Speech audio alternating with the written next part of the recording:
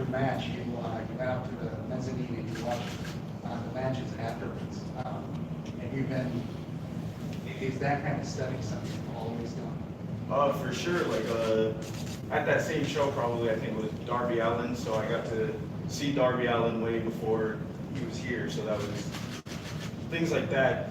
Just being able to pick brains of people and kind of just make your way around. It's really good for you. Dante, congratulations on all of your success lately. It's been very cool to see. Now, let me ask you, just who has really been almost like a mentor to you? Who has been the person that you can go to for advice or tips and whatnot? If it's not Leo right now, it's Dean Malenko or Jared, for sure. Jared. Dante being in the ring with Lee Moriarty the other night, it seems like another guy that the company can build around for the future. What was that like, and what did you bring out of you? For sure, yeah. Lee Moriarty really brings out the best in everybody, and that's why he's here in all elite. But stepping in the ring with him, it was definitely a competition and one of my hardest yet. Dante, how long is your brother out, and how tough is this on him, seeing you have this big night in Minneapolis, and he's still on the sideline? He's been out since about February now. There's not really like a time gauge on when he's coming back, but he's super excited to be back, ready to take over the tag team scene and keep Top Flight strong. When Darius got hurt, it was a terrible situation. Like Top Flight are a very big part of AEW, but we knew it was going to be a long injury. And when Darius got hurt, I think he was still 19. Yeah, I mean Dante was 19 years old, so it was critical not to let his development get stifled. So it was very important to me to make sure to put him on an accelerated track while Darius was out, so that his development continued. And I think we've made lemonades out of a terrible situation, right? Tried to make lemonade out of lemons. And you know, he's had so many great matches. I remember when we first sat down and I wanted you Matt Seidel, and what a great rivalry and mentorship that both it has been. And you know, and now Leo has been such a great coach for Dante also while Darius has been gone. But I think we miss Darius a lot and can't wait for Darius to come back. And also Leo is back on Wednesday, but with Leo being gone, I think from both of us and from everyone in the company, just sending our sympathies to Leo for the loss of his grandmother, which is really a terrible situation. Dante, you're doing so great already in the ring for someone so young. Obviously, something you're going to be working on over time is the mic work. Is there anyone you've been working with on that? Is there any advice you've got to work on that aspect of your game? Which part? Your promo work. I talked to Eddie Kingston a lot. Eddie Kingston's one of the best guys out there for that. And the amount of knowledge he has is just insane. Dante, congratulations on everything. How do you see yourself in 5 years? Hopefully it's me and Darius with the tag belts. That's the best answer I can give you, yeah. Hopefully I'm back with Darius and we're running things around here. Dante, name something that you learned in AEW with cameras on, a national audience, big crowds, and all the mentors like Jared Lane, people like you mentioned. Just what's something you now know that you didn't know a couple years ago about performing in the ring? One of my biggest things, and it carries out through not only performing in the ring, but just with life, is confidence is like skyrocketed by far. Dante, being from Minnesota, what were the emotions going through last night, right before you came out, and you heard that crowd explode? Oh, it was awesome. I was waiting in the tunnel, and I could hear Aria out there in a second. The crowd just exploded, and like my heart was beating. It was just absolutely unreal to like come back to this building after going to so many wrestling shows here. It was awesome. What did it mean to have a fellow hometown guy like Aria there as well? I mean, that he got an incredible reaction as well. It was awesome because not only was Aria a hometown guy, but he's also played a hand in training me, so it made the moment even cooler.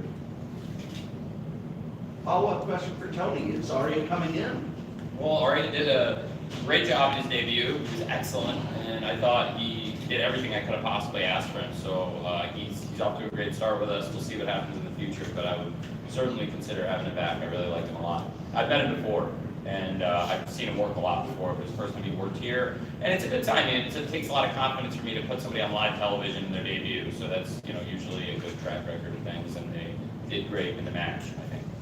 Dante, I have a final question for you, and mine is, it may be maybe a little bit cheesy, but the people are getting to know you, and like you just mentioned, the promo work and really seeing you out there in the ring. So to the fans, to the audience, what do you want them to know about who you are? Who is Dante Martin?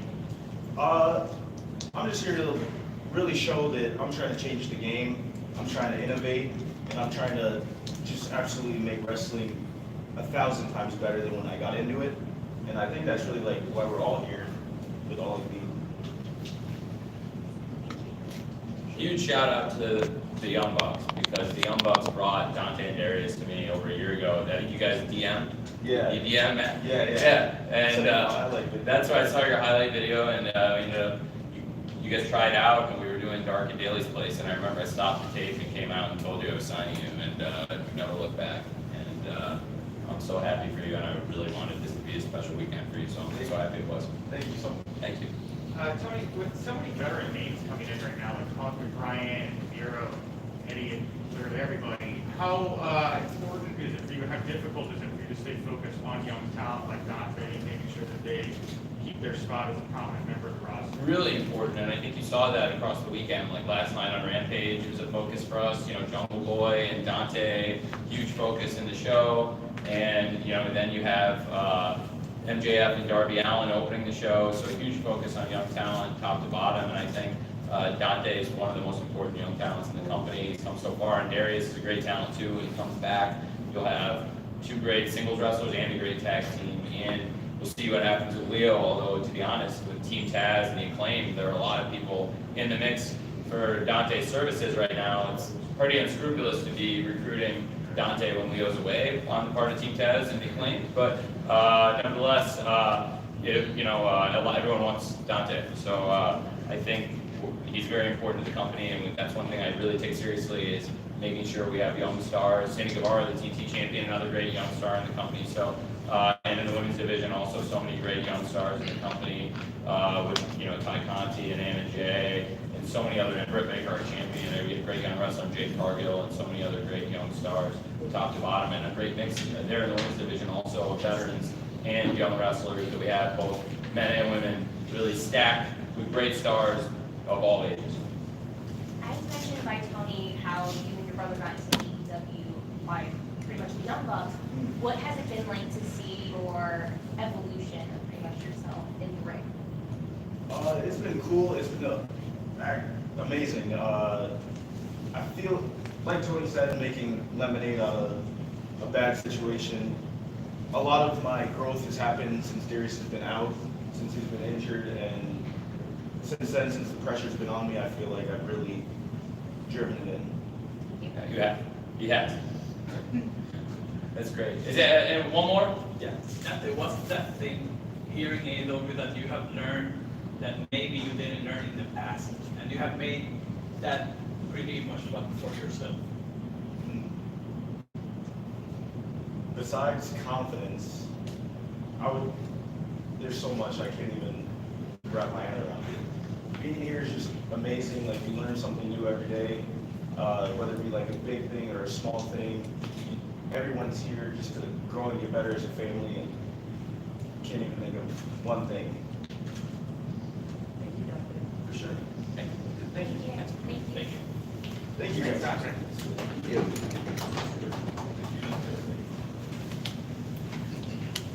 Okay. Well, I was hoping to get the women's world champion in here with you guys, but she had a long match and she's pretty beat up, so I hope you'll forgive her. She'll owe you a rain check if there is a next time.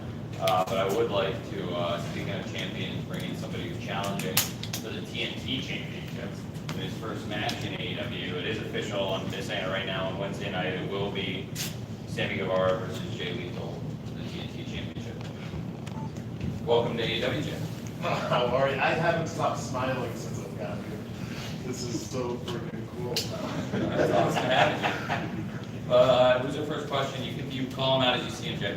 Jay, congratulations on such a huge night. You have a long resume. You're traveling the world. I'm going to ask you why AEW. Well, I'm a professional wrestler. Our question, if anybody didn't hear, was why AEW? The easy answer is I'm a professional wrestler, and this is the fastest rising, hottest promotion in the freaking world. So it was no contest. It was very easy decision for any professional wrestler, in my opinion. This place is amazing. AEW is on fire, and I'm so happy to be here, and I'm more excited that they are willing to have me. That's even more exciting in my head. Yeah, you former ROH World Champion. How do you feel about what's going on in ROH right now? Well, unfortunately, doors are closing soon there. I've met a lot of friends there. I've wrestled there for over 10 years. I'm a very loyal professional wrestler. If you're good to me, I'll stay there till the doors close. And the doors are closing, and an opportunity presented itself, Mr. Opportunist here, and I was welcomed in with open arms. So, but to answer your question, my heart goes out to a lot of those guys who no longer have jobs. It's a sad time, but also a great time to be a professional wrestler because the wrestling world right now is freaking booming. Jay, can you take us through Tony making contact with you and how this all came about? Sure. It all happened so quick, literally only a few days ago. And I my head was spinning because, so imagine. We never met.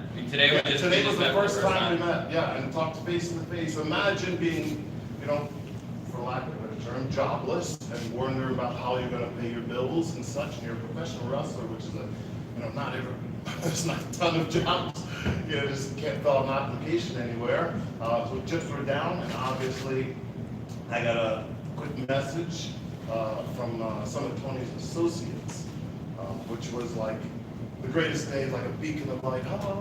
It was so cool. But literally, that was only a few days ago. Then I flew in yesterday and had to sit in my hotel room, and I couldn't get any sleep. I swear to God, I got not a minute, not an hour of sleep, because all I could think about was, well, I don't really know what's happening tomorrow, because we haven't met yet. We haven't talked. This is our first time meeting face to face. It was wild. All these thoughts going through my mind. Will the people like me? Will it be good? The company's on fire right now. I hope I made a good impression. So, yeah, just a wild rush of emotions in my head.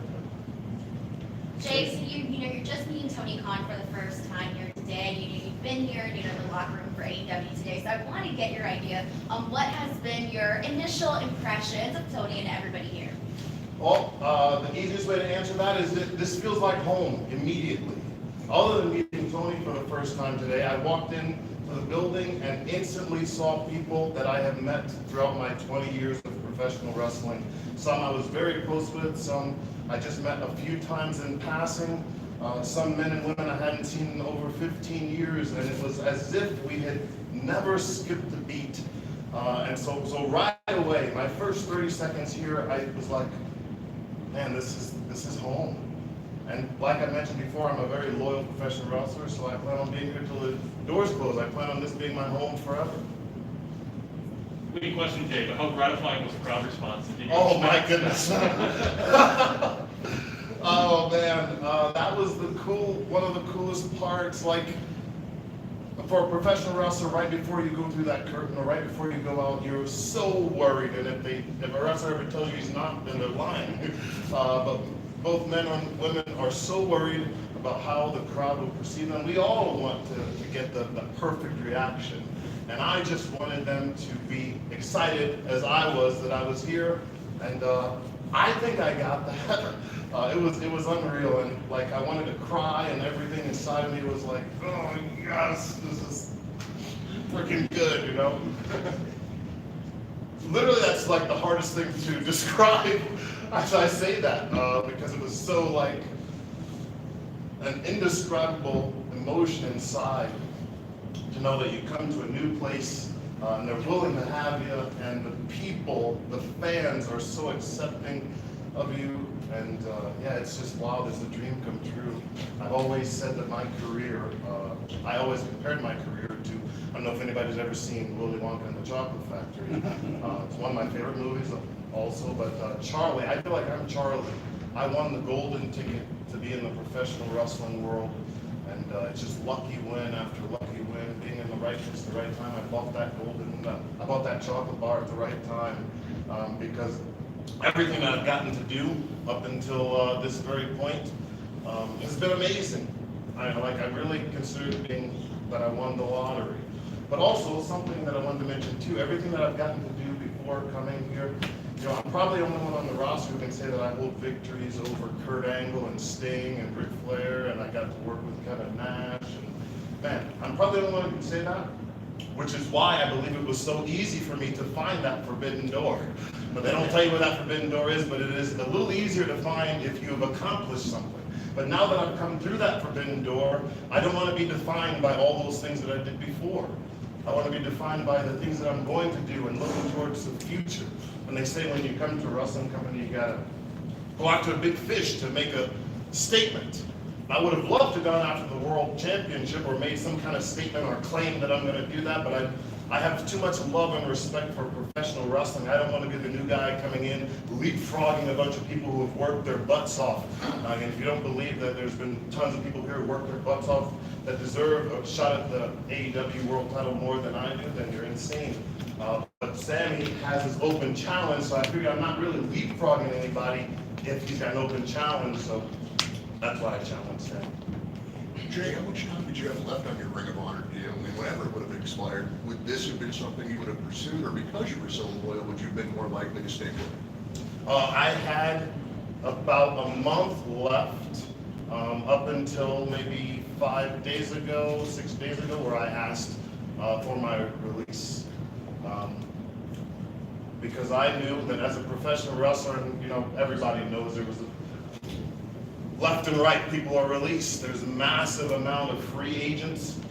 And for a professional wrestler, if you don't strike while the iron is hot, then you're going to be behind the 8 ball. So I figured bet on myself and try something, and I got a response, and it worked. And I'm so thankful for it.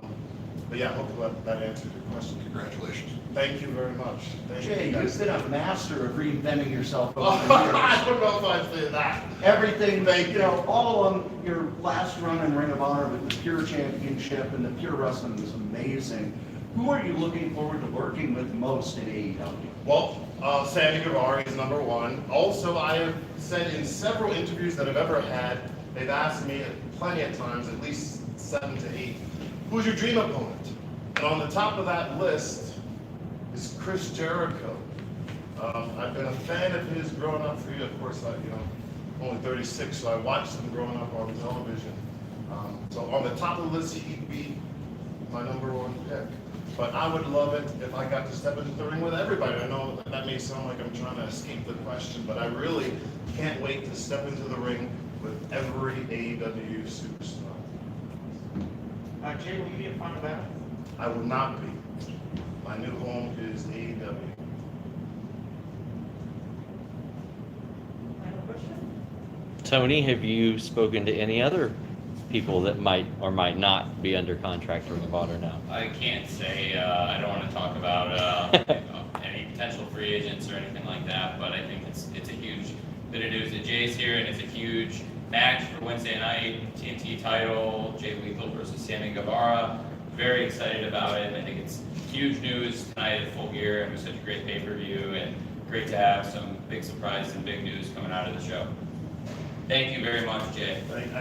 Thank you so much. Thank you. My new home. Thank you, everybody. Thank you. Thank you so much. Thank you, Jay. Thanks for sticking And around. congratulations. Thank you so much. Thank you. Thank you very much. Get home safe, everybody. I don't know if it's still snowing. Thank you, Jay. Thank you, Tony.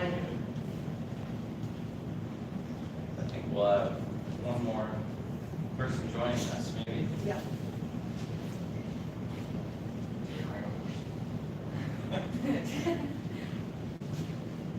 Maybe. Tony, I have a question for you. Sure. I'm gonna stick around, by the way, after our last guest, and I'll just talk to you guys after. Okay, but with all the stuff that you're doing with Warner Communication, is there going to be more synergy, such as when you started, DC Comics was involved, things like that? Hold that. I'll answer that right after this. Ladies and Okay. gentlemen, for the very first time, the AEW World Champion, Hangman Adam Page. It's weird to see media, there's not like a big crowd that's cheering, you know? Yeah, hey guys, what's up? And guys, congratulations on the huge win. Now, pro wrestling is all about moments. You had a moment as the world champion. What does this moment mean to you as you're in this point in your career? This means everything, man. This is. Okay, now I'm gonna cry. Man, this is just everything I've worked for my whole life. I've just put so much of myself into this, in ways that were tough, very tough, but ultimately very cathartic. And to hear people just losing their shit for it, man, you just can't pay for therapy like that. This is one of the biggest moments of my life. Paige, congratulations. Sorry. Paige, congratulations again. How significant is for you to win that belt over Kenny or maybe? The best wrestler in the world, and I mean, there's nothing that could be more special. I've known Kenny for so long. I've looked up to Kenny. I mean, I probably even before I started wrestling, I was watching clips of Kenny on YouTube. I remember the first time I saw Kenny was, the Falls Count Anywhere, whatever match outdoors where he takes a hurricane run and rolls down to the hill or whatever. I saw that as a kid almost, and somehow I ended up befriending him, and for a long time one of my best friends, and now bitter rivals. But to finally vanquish the person I've always thought was the best wrestler in the world, it feels surreal. It hasn't set in. Adam, what do you hope to bring to AEW as AEW World Champion? What do you hope your reign signifies in the history of AEW? Cowboy shit. I don't know. It's so tough. This has just happened for me, so it's very hard to get my thoughts together. And I'm sorry for a lot of these questions. I don't have very clear answers, but I have a feeling I will be up all night. And I have a feeling I will text my media guy and I'll put out a little press release like I do sometimes. Adam, this was the culmination of a story that was told over the course of almost 3 years. You don't see that kind of love and care put into a lot of stories in pro wrestling these days, so to be on the receiving end of that, how special is that for you, and what was it like being part of that journey? This is why I've always loved wrestling. You got sometimes glimmers of the person who you're watching on your TV, but it seemed like a lot of times you never really got that full person. And for a long time, I had a hard time figuring out what it was about me that stood out, what it was about me that was going to get me somewhere, how I was going to find success. And I finally just figured, screw it, I'll just be me. And if it works, it works. And if it doesn't, I was honest. So I guess I came by it honest. And it's been an incredible ride, and it's been the privilege of my life. Adam, a lot of people thought this might have happened a couple months sooner, but you had some pretty fortunate things that happened in your life that might have prevented that. And when you came back, you mentioned that and got an incredible ovation for it. How was that for you to hear that maybe it wasn't your time a couple months ago, but the fans not only were okay with it, they loved it because you were doing what you wanted to do? I don't want to share, but so much personal information. But my wife and I, we've been together for a long time, and then, I was in Bullet Club, I was on a hot run, I was traveling to Japan. So then you wonder, if you want to start a family, is now the time? Well, no, because I'm busy. And then AEW started, and then I thought, well, I might win this championship on the first go around, so is now the right time? No, I'm busy. And then we came by the answer that there's never a right time. There never will be. So we were ready to start a family.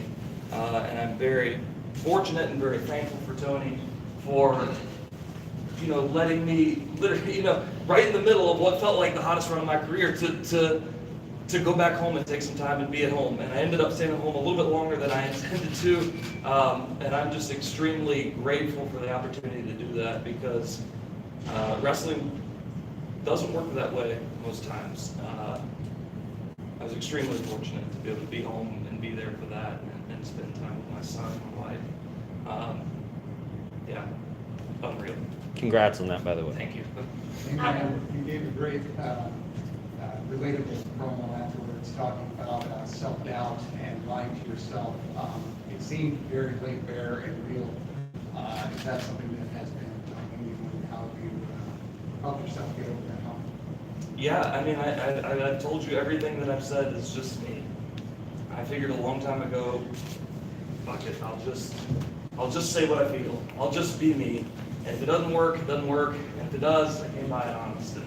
And every bit of it, and even after the match, I thought all day, if I win this thing, I'm going to pour tears everywhere. I'm just going to lose it. And it didn't come. I couldn't believe it. So that was a lie to myself, and I told myself a lot of lies. And there's a small part of me that even going into the night was saying that I couldn't do it. I wouldn't be good enough. The match wouldn't be good enough. You know, I wasn't going to be a champion. A small part, but I've managed to shrink that part. I don't think that goes away, probably. But you can minimize it, and that's very, very real. If there's one thing you know about wrestling, it's that plans change. This is a really long story. What were some of the challenges to keeping your story on track to get it told when you want it? Oh my God, everything. Everything. Oh man. We in 2020 had a global pandemic. That was a thing. We lost our crowds. We lost, guys were out with injuries and this and that. There was, oh my God, there's just so many things. I couldn't even count them all. If you had known what we may have wanted to do 2 or 3 years ago, it wouldn't even remotely match up to where we are today. But that is, to me, the brilliance of wrestling. You just roll with the punches. Every Wednesday would be something new. Oh my God, what are we going to do about this? And I'm sure it will be Wednesday as well. So, and we have an incredible team that's able to make that work. And I think a lot of it is because we put a lot of ourselves into this. We get there Wednesday and something's going wrong or whatever, we figure it out, and we just tell you how we feel. Adam, how are you going to approach your job differently showing up Wednesday for Dynamite as champion? A lot of people who don't understand wrestling don't understand that is more than just the belt. It has to do with carrying the company behind the scenes and representing it. Yeah, that's a really good question. I haven't gotten that far in my mind. I'm just going to try to be the best version of me that I can. That's all I've been doing this whole time. And I'm sure that every day I'll figure out a new problem and try to rise to the challenge. I'll just be the best me that I can. That's really what I want. Adam, it looked like after the match, you said something to Kenny as he was playing on the mat. Do you mind telling us what that was? Next up is Brian Danielson. Thoughts on that match as your first challenger? Wow. I know I said Kenny was the best in the world, but if you had to challenge me for someone who could tie him, it would be Brian Danielson. So I'm not very surprised he's the number one contender. That's a lot to think about, and I just won this damn thing. So I'm going to think about this tonight and tomorrow morning. I'll start. Adam, can you think about maybe for a minute what it's going to be like to bring that belt home on Wednesday to Virginia? That's going to be incredible. That's going to be wild. I'm very excited. It's one of the few shows for AEW I'm going to get to drive to. So I'm going to set this sucker in the passenger seat. I'll probably buckle her up. And we'll roll on into Norfolk. I'm very excited about it. Yeah. Adam, you've been very open about your insecurity. You even say on your Twitter page you're an anxious millennial cowboy. Eddie Kingston just did an article about his depression and mental health issues. What does it feel like being in a place that allows you to be vulnerable as a pro wrestler in this business? Sometimes wrestling can be behind the times, but I feel like AEW is able to keep up with the times because a lot of times we're just allowed to be ourselves and allowed to be honest. And the way the world, talks about their mental health has changed so much in the past, even just a couple of years. And when you let somebody go out there and just be themselves, sometimes that's what comes out, and it's an incredible thing that we can do that, and we don't have to worry about, I don't look tough enough or whatever, because these are things that people go through in real life, and it's, I think it's better that even the world champion can be honest about it.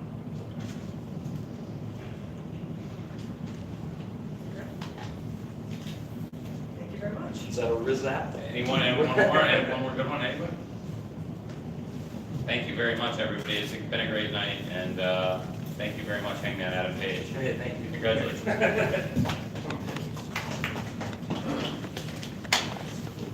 Thank you, guys. You know? Thank you. Thank you. Thank you, guys. Appreciate it. Thank you.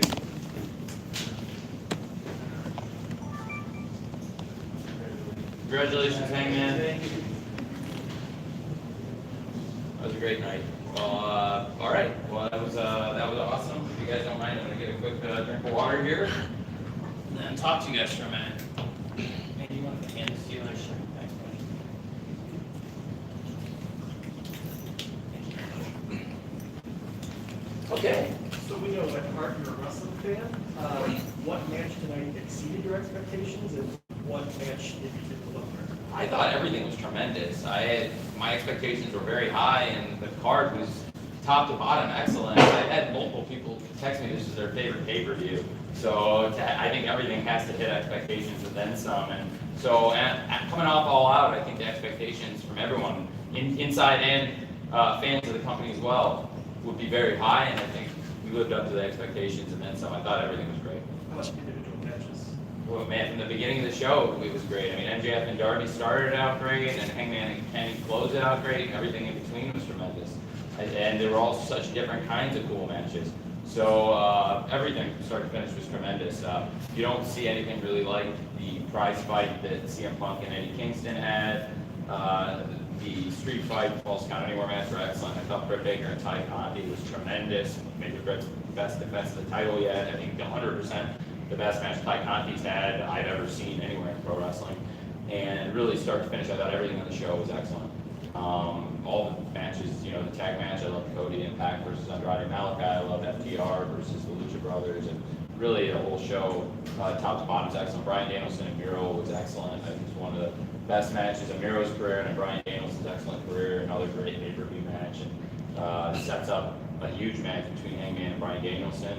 It wasn't a wrestling match, but I thought it was a very cool surprise for Jay Lethal to come on the scene and get the reaction he did and challenge Sammy for the TNT title, which was a huge match on Wednesday. I think people were really excited to see.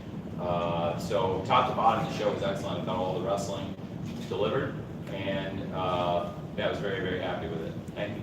Tony. Congratulations on such a huge night. It's a great show. So as full year approached, we saw the attention put onto guys like CM Punk and Eddie Kingston who have traveled the world and who had a great match tonight.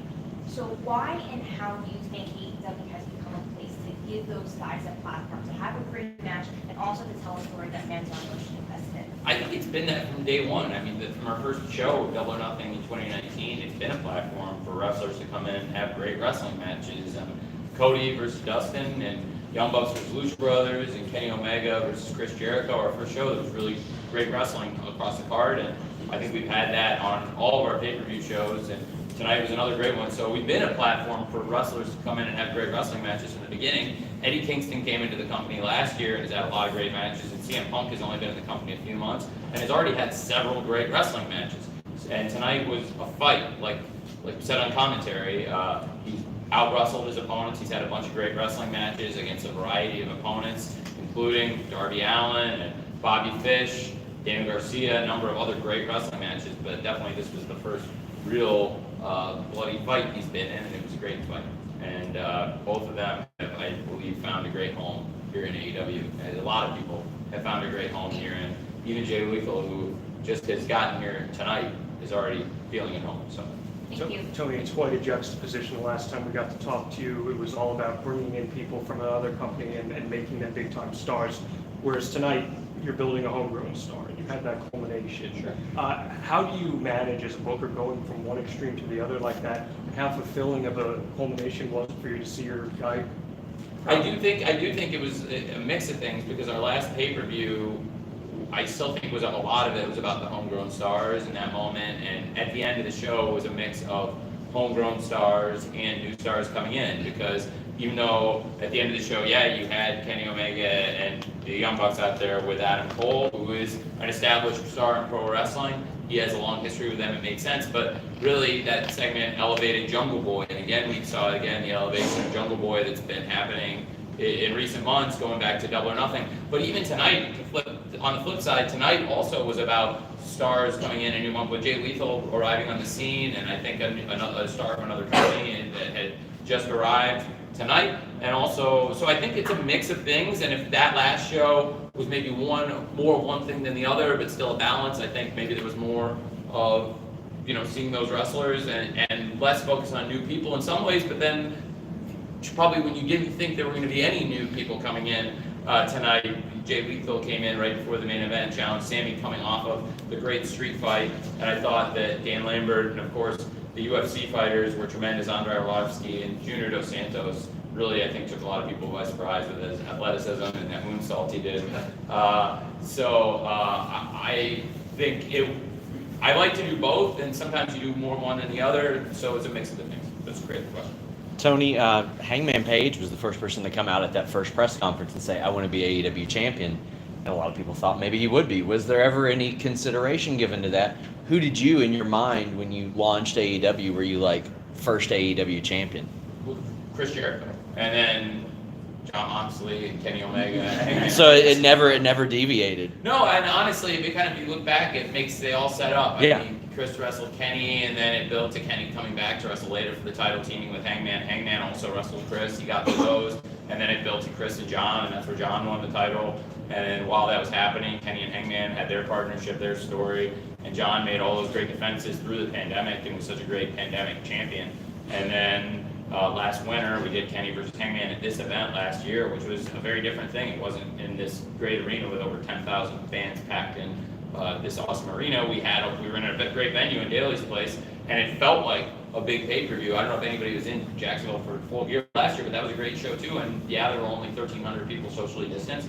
But when the Young Bucks won the World Tag title, when Darby won the TNT title, they were real pops, and the fans in Jacksonville helped us get to this point where this meant something tonight. Last year, Kenny and Hangman had that great match in the Eliminator final, and then we came full circle to this, and I think it all made sense. Kenny won the title and had an amazing reign. He was very close to 1 year as champion, and there was a question, is Kenny going to make it to 1 year as champion, or is Hangman going to be crowned tonight? And the people clearly wanted to see Hangman be crowned, but when Bryan Danielson won the Eliminator tournament, you had to ask yourself, are Kenny and Bryan Danielson going to wrestle again? I know everybody was thinking in the back of their head there has to be a chance. So you're setting up these pieces consciously, obviously, right? Yeah, and even when Bryan Danielson won, I knew it was going to make you all think. Wait a second. And it clearly did from the reaction of getting in the room. Nobody's saying it didn't. So, okay, that's good. That makes me feel better. These things were all pretty well thought out in advance. So yeah, the first four, I would have told you one would be Chris Jericho, John Moxley, Kenny Omega, and Hangman Page.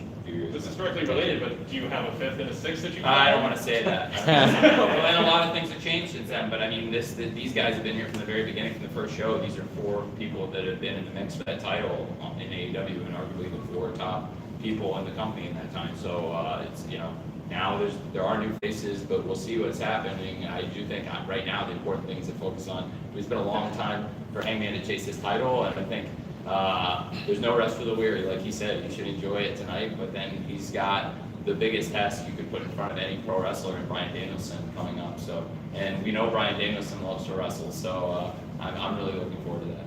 Cody got booted with tonight, but he's sort of the only performer that the fans don't react the way it's drawn up. Have you thought about simplifying things, back to basics? What do you think the solution is? Well, people are definitely reacting in his matches, and I don't think the most important thing is people are very engaged, and I don't think it's stopped him from having great matches. That people care about his matches and segments have done great ratings. So it is another one of those things, like I spoke about earlier. A lot of conventions I think have changed recently. People had asked me about some of the matches which are not traditional, like CM Punk versus Eddie Kingston, two people who fans really like, right? Two baby faces, you could say. Bryan Danielson and Eddie Kingston, similar, great fight, arguably one of the best matches of the year. I think a number of intelligent wrestling people think that was the best wrestling match of the year. Certainly the best wrestling match on television, I think a lot of people have thought. But that's very debatable too. There's been a lot of great stuff on TV this year. A lot of people who would take an argument with that, but it's one of the best matches, certainly in Rampage, one of the best matches in the short history of that show. And then CM Punk and Darby Allin is a great match.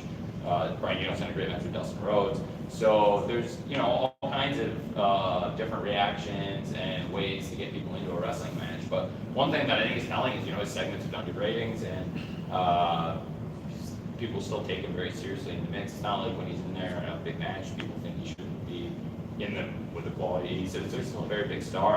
I don't see it like that. And I also think, to be honest, some of it comes from who's out there, because in that situation, like, if he's out there with people that get big reactions and are cool heels. So there's a consciousness to me that, like, a lot of times there's a lot of Malachi Black fans, there's a lot of Andrade Legal fans, so it's not that unusual to me. And you see it, and I think there were other matches, not just tonight, but other times where we've seen the fans make an interesting choice, or not sure how the fans were going to side in a match.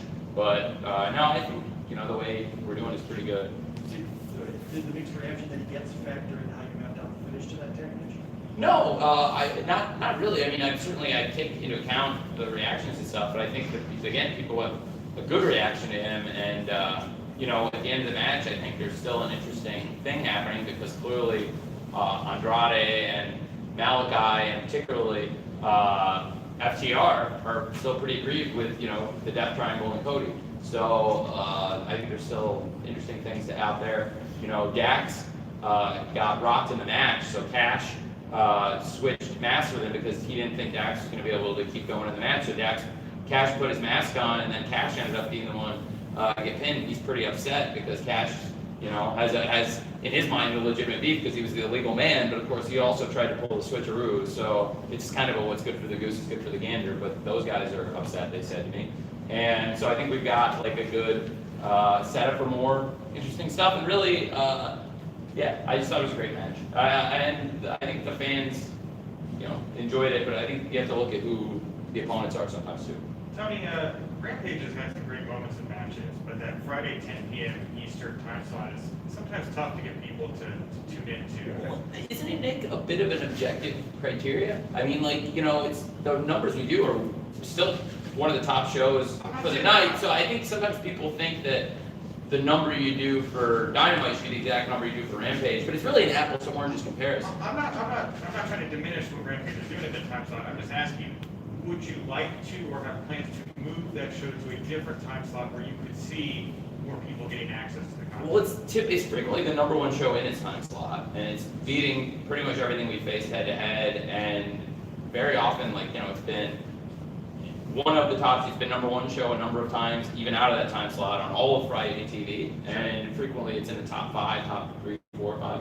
So it's a great, and what we do out of that slot is very impressive. So they're really happy with the show. So the fans, they see if it doesn't do as big a number as Dynamite, to them, it's not good. But the fact is, for the time slot it's in, it's performed really well, and they're really happy with it. So I'm thrilled with it because it's a great franchise for us. If it were ever to change and be, in a different slot, I would do the best I could in that spot too. And whatever the standard is, if it was a spot where the average is higher, then we would have to do a higher average. But in the spot we're in, we do really, really well. So it's funny, but the weeks that the Fast Nationals don't leak, it's always a pretty good number. And if the Fast Nationals leak, I wonder why, and I wonder who leaks them. But no, I really don't wonder.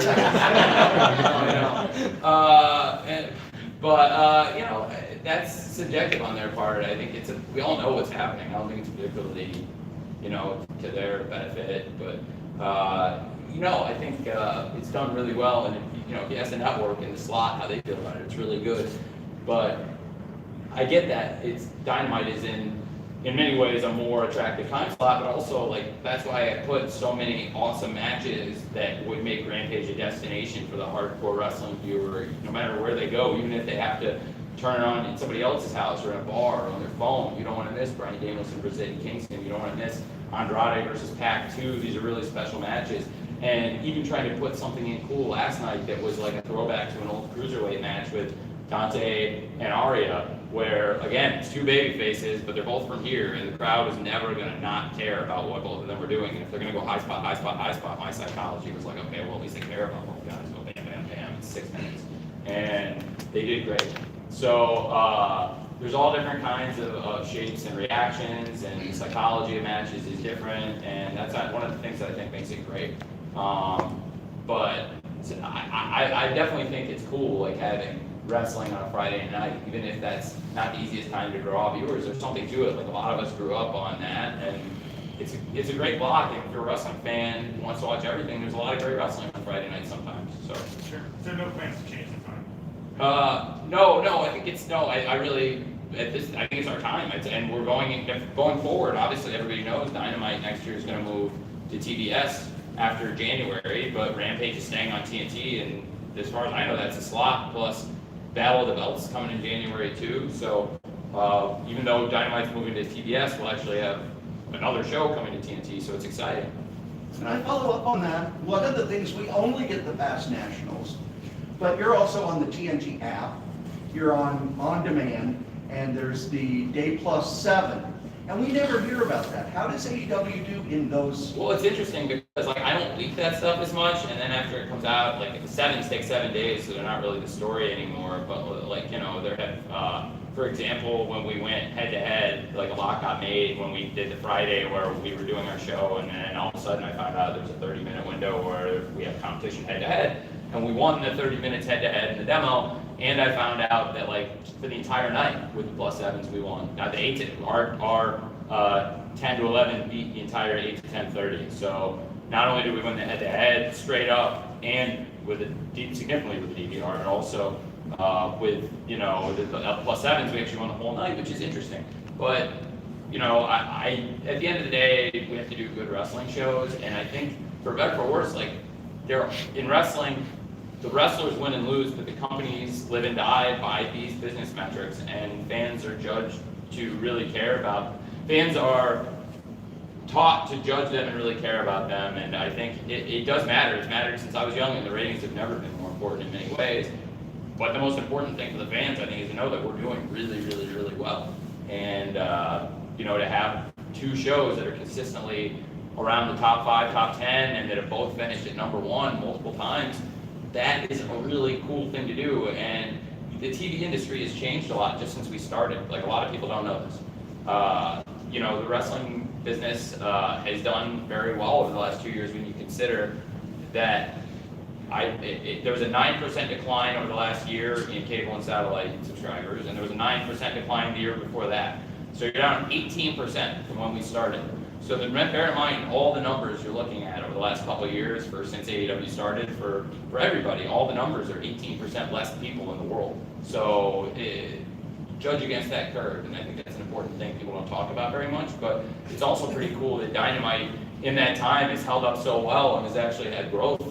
And while the universe has declined 18% on cable, and I think a lot of that speaks to how a lot of the wrestlers that have been here from the beginning, whether it is Hangman Page in the last match of the card beating Kenny Omega, or whether it's MJF and Darby Allin in the first match, or everything in between. So the people that have been here from the beginning, and then the new stars that have come in that time, CM Punk and Eddie Kingston, Bryan Danielson and Miro, and so many great examples. We've gotten so much stronger as a company. Britt Baker, I was going to say the company started the single most improved wrestler in the world, and the world champion wrestling, the #1 contender, Ty Conti, who to me is also one of the most improved wrestlers, and that'd be the best match she's ever wrestled tonight, in my opinion.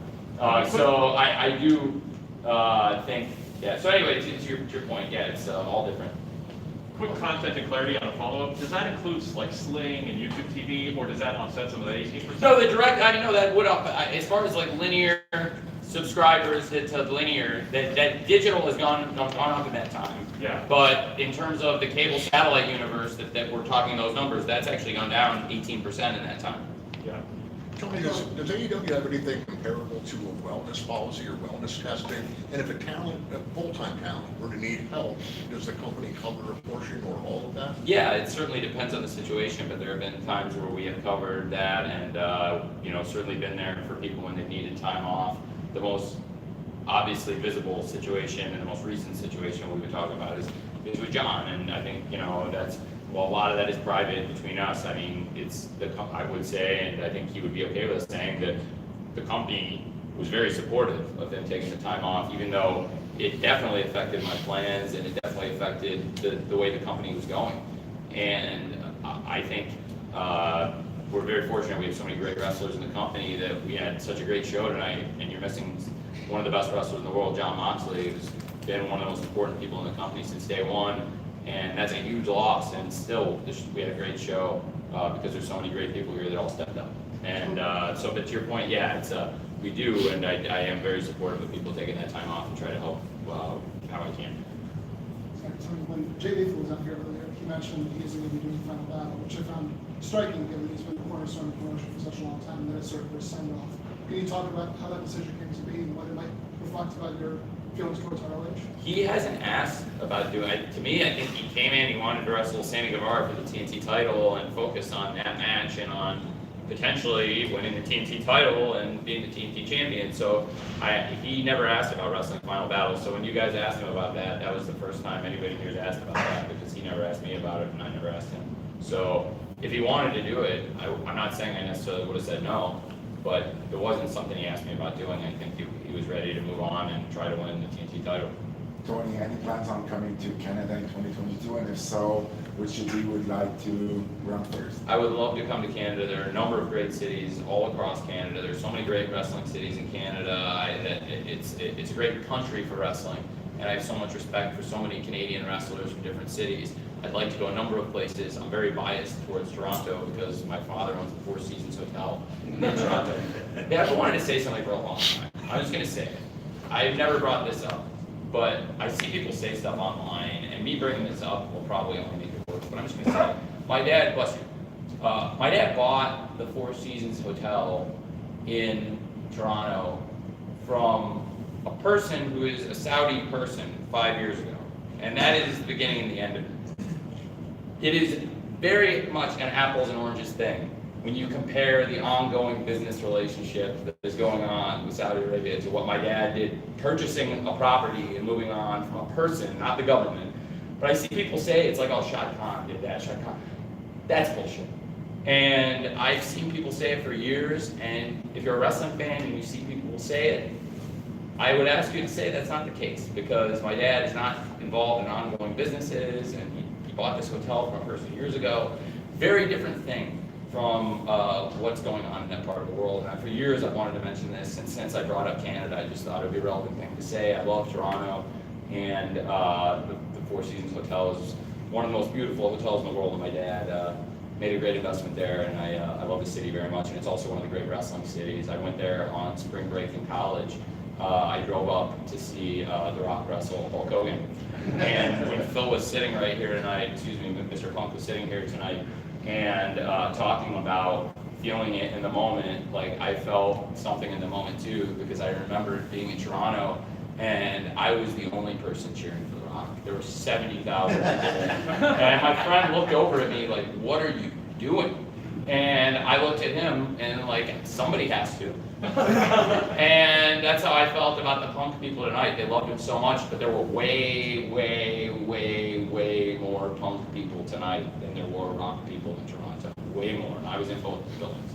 And so I know, I've seen what it's like when somebody makes that choice in the building, because Rock made a choice that I think everybody here knows the choice he made in the building that night and where he ended up. And he had no self-consciousness and he had no ego about it. He did the right thing, and he made that a great match and did all the right things. And I think Mr. Punk did all the right things tonight to make this a great match tonight too. So I have a lot of great things to say about Toronto in particular, but there's a lot of great cities in Canada. So I didn't want to limit it to that one, but I thought I'd bring that up. Tony, a bit of a similar question, but since travel's opened up a lot more, like I'm here for instance, any more headway on Craven College show in the UK, especially with it looking like WWE are going to run a stadium show there next year? Yeah, I would love to go to Craven Cottage, and international travel, things are trending really great, and the way things are trending, I would say that there's a good chance. I love, things are going really great at Fulham right now, which is the most important thing happening at Craven Cottage right now. We've won 6 straight matches and kept 5 straight clean sheets.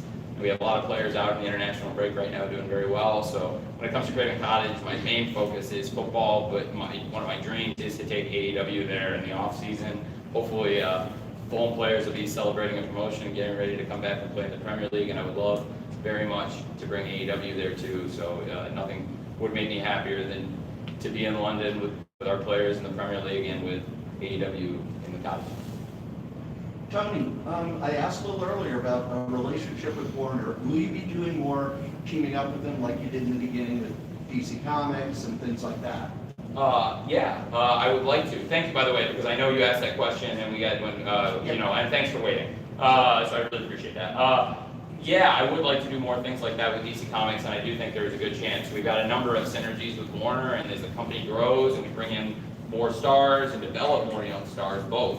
They're having interest in both a lot of the young wrestlers and a lot of the big stars and different properties and different things we can do, both on TV. And I think there will be some things with DC happening, hopefully with the comic books, I hope, but also I think hopefully with on-screen content. So a lot of good things happening there. Thank you. No, you're welcome. Thanks for holding that. Sorry, I'm glad you brought it up.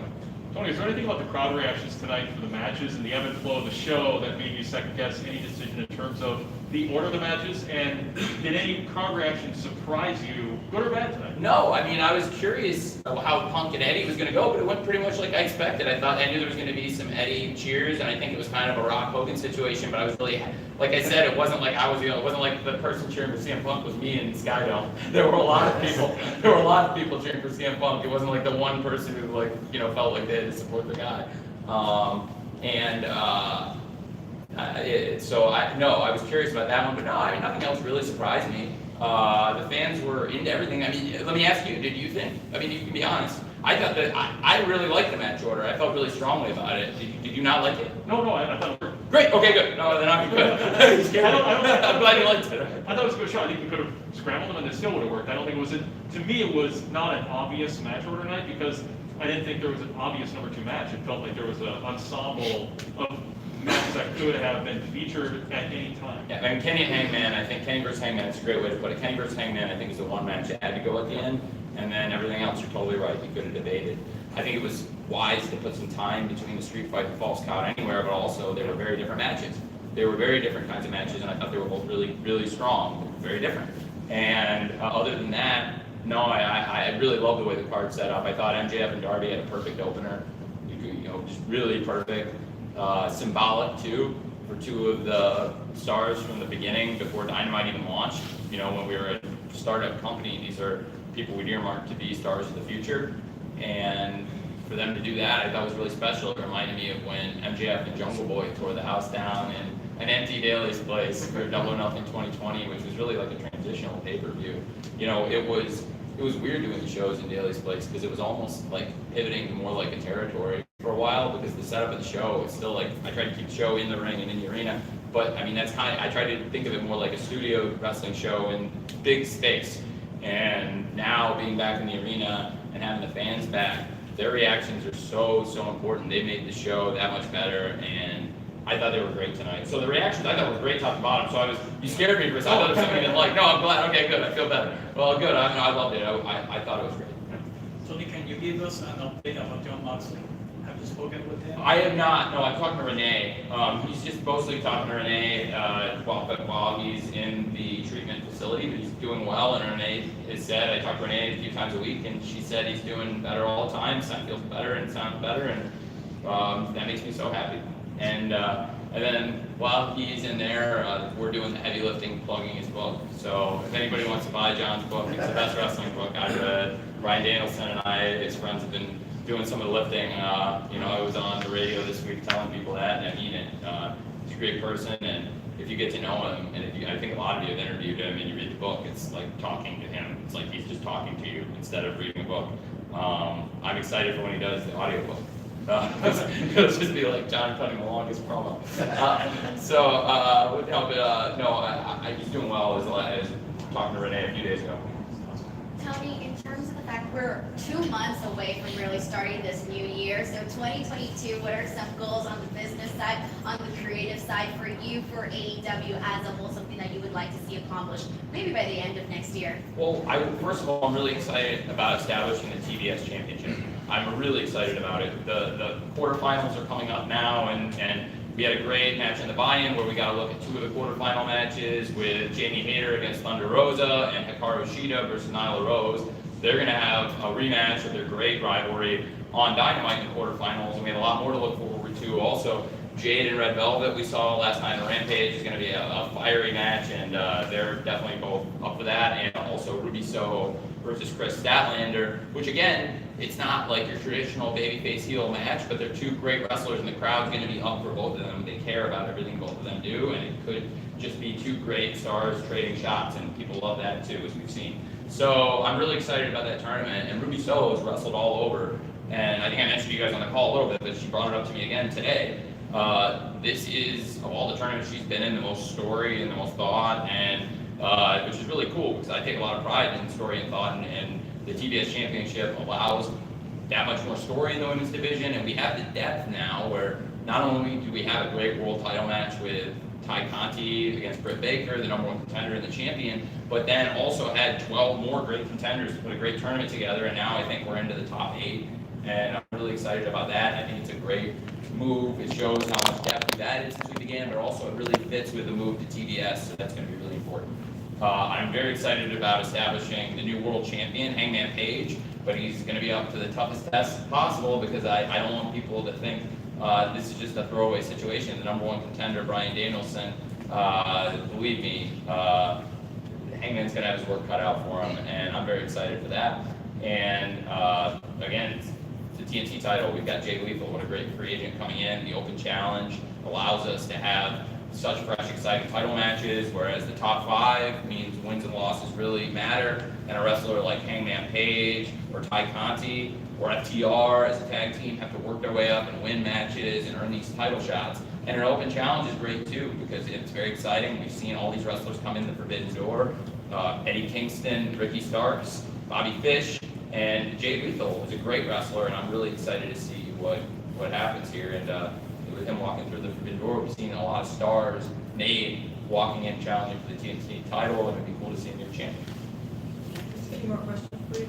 Tony, are you looking forward to updating the presentation of AEW as a whole? For example, shooting in 4K, an over-the-top streaming service, something like that? Well, these are great questions, and some of these things I need input from my media partners, and we work with Warner Media, and I think the more growth we have and the more people and the more demand we have for it, streaming service is something we definitely talked about, and I think there's a lot of options, and one thing that's great for us is we keep growing the library. Every week there's another 2 hours of Dynamite, there's an hour of Rampage, we're always filming Dark, Elevation, Road 2, the countdown show for this pay-per-view, and all the pay-per-views have been excellent, and so important, our pay-per-view library. You know, we've done all these great shows, and this was our 3rd installment of Full Gear. We've had 3 All Outs, 3 Double or Nothings, and 2 Revolutions. So in our 11 great pay-per-views, plus the original Fight for the Fallen and Fighter Fest, which aren't in the TV library, and we have other great things in the library that nobody's ever seen, like the House Always Wins show we did in Jacksonville last spring,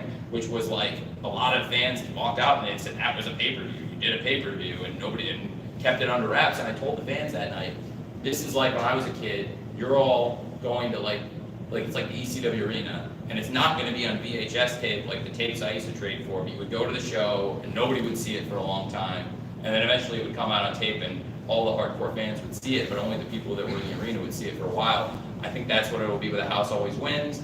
And then also, I put a lot of thought into the Jericho Cruise matches this year. Somebody had a question about this on Twitter. I forgot to answer them, so hopefully this will answer their question. The Jericho matches this year, I put a lot of thought into booking the Jericho Cruise matches so they are canon. So all the Jericho Cruise matches this year are it's intentional, they're all in the win-loss records, and those shows we taped, so they're in the tape library also, and there's a lot of great wrestling this year on the Jericho Cruise that when we get a service someday where people can watch the streaming videos, that'll have a couple cool videos that they've never seen before. Tell me, how does Lance Archer do? I don't know. He's here. Thanks for asking. Yeah, he's good. He is good, and thankfully, he came out of it good. It was a neck injury, not a head injury, so he cleared all the impact testing, concussion, all the stuff, and over the last several weeks, they've determined he twisted his neck, I think. But he's good. Timetable on return? I'm not exactly sure. I don't want to really rush it. We have so many so many great stars, and Lance is a really important wrestler for us, and he's done so many great things this year, like winning the IWGP US title in the Texas Death Match in his home state over John Moxley. It was a great match, and he also had a great match in New Japan with Tanahashi. I'm a little surprised, speaking of New Japan, you guys haven't really asked me about New Japan yet, but I'm kind of bet one of you might. But now, Lance has done so many great things. I don't have an exact date, but I don't see any point rushing it, really, because with the neck injury, you don't want to rush it. So, but he's been here today and recently, the doc's checking up on him, and he's doing great. He's in great spirits, and he's had a great 2021. Are you allowed to tell us any more about the Owen now? The Full Gear has happened, the Owen Cup? I would like to say a little bit more about the Owen. I feel like it would serve me well as a promoter to push it to TV because I want to give it maximum coverage when most people see it. But it may not be the format everybody expects, but I'm really excited for people to learn more about the Owen. Final question? Is there anybody who hasn't gotten any yet? All right, you have not at all. And if there's anybody else, I don't want to make sure I answered everybody's questions, so please. Okay, so this is kind of backtracking a bit, but earlier you were talking about how Kay Conti had like her best match in UFC. Clearly the fans are behind her as well, and she had a great reaction tonight. What can we expect to see from her in the future? Well, I think she's somebody who'd be in line. She's got a great win-loss record. I can tell you, as the person who decides on the top 5, going through the stats and the records every week, she's definitely going to continue being in the top 5. And she could definitely work her way up and get another shot. Look at Britt. There's something Britt said about her that I think is really apt, which is she said she reminds me so much of me a year or two ago, where she's got so much potential and she keeps getting better and better, and the people believe in her more and more, but she never wins the big match. And that was Britt. And honestly, it was Sammy too. And it was Jungle Boy for a long time too. And there's a pattern there. And it was Darby for a long time. And then they started winning the big match. And then, now all of a sudden they've been in a lot of the biggest matches and gotten on bigger and bigger stages. So I think as she keeps getting better and better, the stages will stay big. It's not even about the biggest stage you can get on, but I think she's going to keep growing into the stage, and I really believe in Tay Conti. She's really important for us in the future. Thank you for asking that. Okay, so is there anybody who didn't get to ask anything or any last questions? I don't want to leave anybody with that. Certainly ask you about Japan. Very, very excited about everything you've done. Logistically, obviously, it's a challenge. So are you working with Gato, or are you talking with anybody about when is the right time to move somebody to shuttle? Yeah, we are in communication, and I often work through intermediaries. Rocky Romero is a good intermediary between us, but we're communicating, and Gato has been very forthcoming. I'm grateful to Gato for working with us, and also I think we've tried to be a good partner to them. I'm very excited about Ishii coming in to AEW. He's one of my personal favorite wrestlers from outside the company. I thought his match with John Moxley in 2019 was my favorite non-AEW match of the year. That match they had in New Japan was excellent in the G1. And I think that's such a great choice by Orange Cassidy. When I came out at the end of last night, I think I wanted people to know that there might be more to this, and that there could be potential for another chapter in this when things ended the way they did. And it ended up being such a nice moment with Orange bringing in little OC into the ring, which was a nice moment, but also good to foreshadow that Orange Cassidy, being a member of Chaos, has other benefits. He can bring in such a great mystery partner like Ishii, and we're very fortunate that he was in the country and wanted to come wrestle the Butcher and the Blade. And then speaking of the Butcher and the Blade was everywhere with the brass knuckles, knocking people out, getting the heat last night. And the Butcher has been out on tour with Every Time I Die, and they've had one of the most successful albums in the world. And Andy is a very, well-liked person, to be honest with you, in AEW. And the Butcher and the Blade are one of the most successful tag teams we've had. If you look at their win-loss record, they have one of the best win-loss records in the company. So it's a big deal to get the Butcher and the Blade back for us, also to wrestle Ishii and Orange. And when I talked to him and asked him if he would come back and wrestle the match, he said he'd be honored, and he's leaving his tour and coming back, and he's going to try and get back without missing any days, because he had scheduled this Wednesday off just in case we got something big. And it is one of the Butcher's dreams to wrestle Ishii, so it's a very cool match, and it's another exciting element to it. And I really want to make sure everyone gets their money's worth on the travel, so please, any last questions? I'm a Minneapolis person, so I have to travel. But first off, thanks for coming here. Thank you. Second, Minneapolis question. What's been your favorite things about the city and Minnesota in general? Well, I'll tell you a story about life, a couple things before I came here. The best experience I had and the worst experience I ever had here were right in the hotel I'm staying in here. So in Minneapolis, I've had great experiences in this area. We were in the AFC Championship game and we came really close. The Jaguars in 2017, early 2018 playoffs to go into the Super Bowl in February 2018, and the game was here. And I still have my notes from the Eagles-Patriots Super Bowl. I took very intricate notes. We're sorry about it being 30 below. It was it was great. It was very cold outside, and it was great in the stadium with the roof closed. And I had a lot of memories of being here, but it was really hard because the Jaguars had a very good chance to be in the game and had the call gone our way when Miles Jack wasn't down and ran it back, then we would have been in the game, I think. And so that was really hard going through that. But to sit down, strap down, and take notes through the game, and that was surreal to be here for that. But then later that year, I came back. One of my really good friends is Daniel Adler, the assistant GM of the Minnesota Twins, and he used to work under me. And he's been up for GM jobs in baseball, and he works here in Minneapolis, and he was backstage with friends.